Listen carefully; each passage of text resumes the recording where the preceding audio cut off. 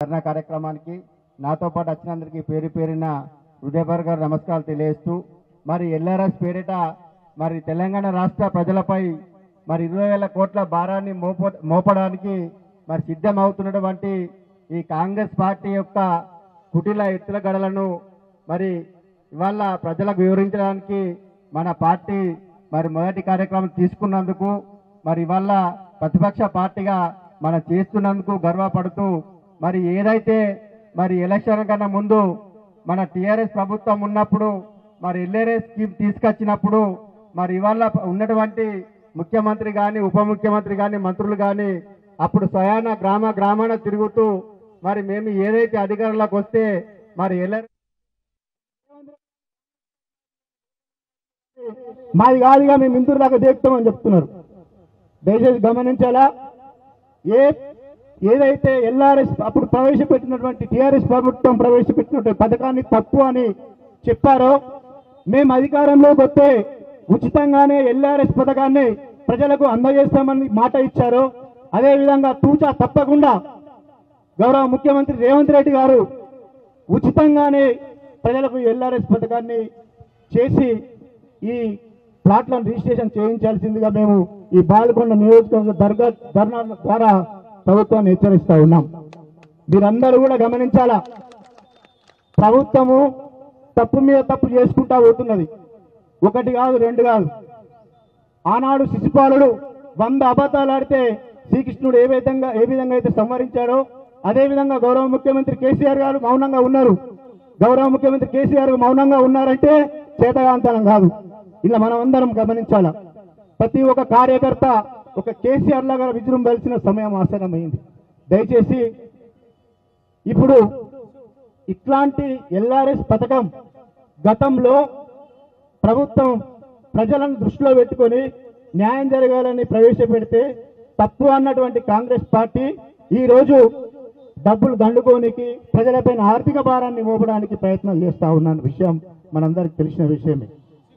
దయచేసి సోదరులారా, ఇకనైనా కాంగ్రెస్ పార్టీ చేస్తున్నటువంటి తప్పులను మనందరం కూడా గల్లీల్లో ఓటర్ల కళ కావచ్చు, జన సమీకరణ ఉన్న కళ కావచ్చు, సందర్భం ఎక్కడైనా సరే మన కాంగ్రెస్ పార్టీ మనపైన ప్రజలపైన మోపుతున్నటువంటి అబద్ధాలు ఏవైతే ఉన్నాయో, భారం ఏదైతుందో వివరించాల్సిన అవసరం ఉంది.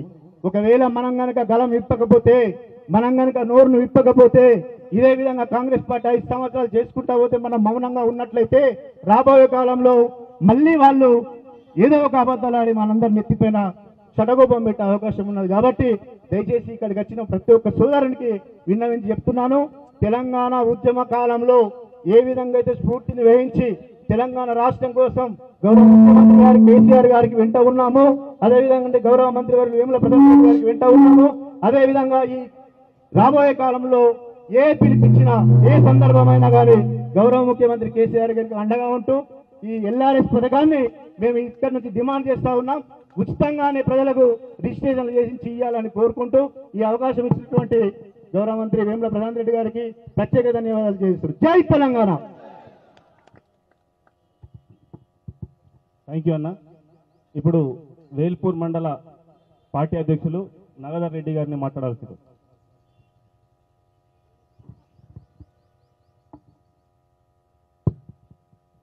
ఈరోజు మన బీఆర్ఎస్ పార్టీ పిలుపు మేరకు మన బాల్కొండ కాన్స్టిట్యూషన్లోని పిలువగానే వచ్చిన అందరికీ, మరియు మన కేటీఆర్ పిలుపు మేరకు, మన అన్న వేముల ప్రశాంత్ రెడ్డి అన్న పిలుపు మేరకు బాల్కొండ కాన్స్టిట్యూషన్లో వచ్చిన మిత్రులందరికీ మరియు నాతోటి సోదరులందరికీ తెలంగాణ ఉద్యమమ నమస్కారాలు. జై తెలంగాణ. గతంలో ఎల్ఆర్ఎస్ స్కీమును పెట్టిన మన కేసీఆర్ గారు పెడితే దాన్ని ఇదే మన ఇప్పుడు పరిపాలిస్తున్న నాయకులు చాలా ఎన్నో మాట్లాడిండ్రు. అప్పుడు ఎల్ఆర్ఎస్ ఎందుకు పెడతారు, గవర్నమెంట్ డబ్బులు తీసుకోవడానికి చాలా అధ్యక్షులని చెప్పిన వాళ్ళే ఇవాళ ఆ డబ్బుల కోసమే 20,000 కోట్ల కోసం మీరు కకృతి పడుతూ ప్రజలను తప్పుదోవ పట్టిస్తున్నది మా ప్రతి ఒక్క కార్యకర్త కూడా గమనిస్తున్నారు. ఎందుకంటే మీరు చేసిన తప్పులను ఎక్కడికక్కడ ఎండగట్టడానికి మేము సిద్ధంగా ఉన్నాం. మీరు ఇలాంటి తప్పులు చేస్తే మా ప్రజల తరపున ఎల్లవేళ మేము పోరాడడానికి సిద్ధంగా ఉన్నాం. మీరు ఎన్నో తప్పుడు హామీలు ఇచ్చి ఇవాళ గద్దెనెక్కిరు కానీ మా ప్రజలు ప్రతిదీ కూడా గమనిస్తున్నారు. రానున్న రోజులలో మీకు తగిన గుణపాఠం కూడా చెప్పగలిగి సిద్ధంగా ఉన్నాం. ఎందుకంటే మీరు గతంలో ఇదే పెద్ద పెద్ద నాయకులంతా మీరు గుంపుగా ఏర్పడి మీరందరూ ఒక గుంపు మేస్త్రి అంటారు కదా, గుంపు మేస్త్రి లాగానే ఉండి మీరు అందరూ ఇవి చేస్తున్నారు. చూడు ప్రజల మమ్మల్ని మీరు బాగా గమనిస్తున్నారు. ఖబర్దార్ మేమేమి ఈ వేదిక ద్వారా హెచ్చరిస్తున్నాం.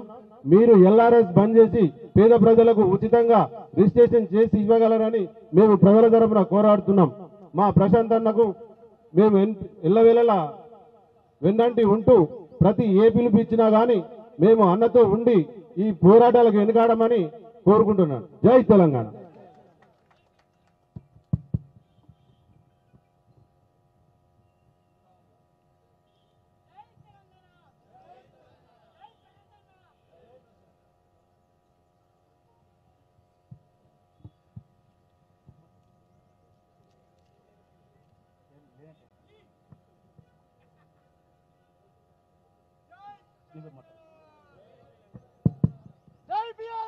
భీమ్గల్ మండల పార్టీ అధ్యక్షులు నరసన్న గారిని మాట్లాడాల్సి కోరుతున్నాను.